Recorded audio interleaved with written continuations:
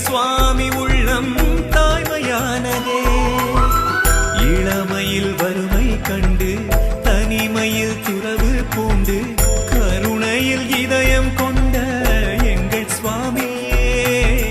காமதேனு அம்சம் நீயே, கல்பதரு விருட்சம் நீயே, அக்ஷய பாத்திரம் நீயே எங்கள் சுவாமியே, எங்கள் சுவாமியே.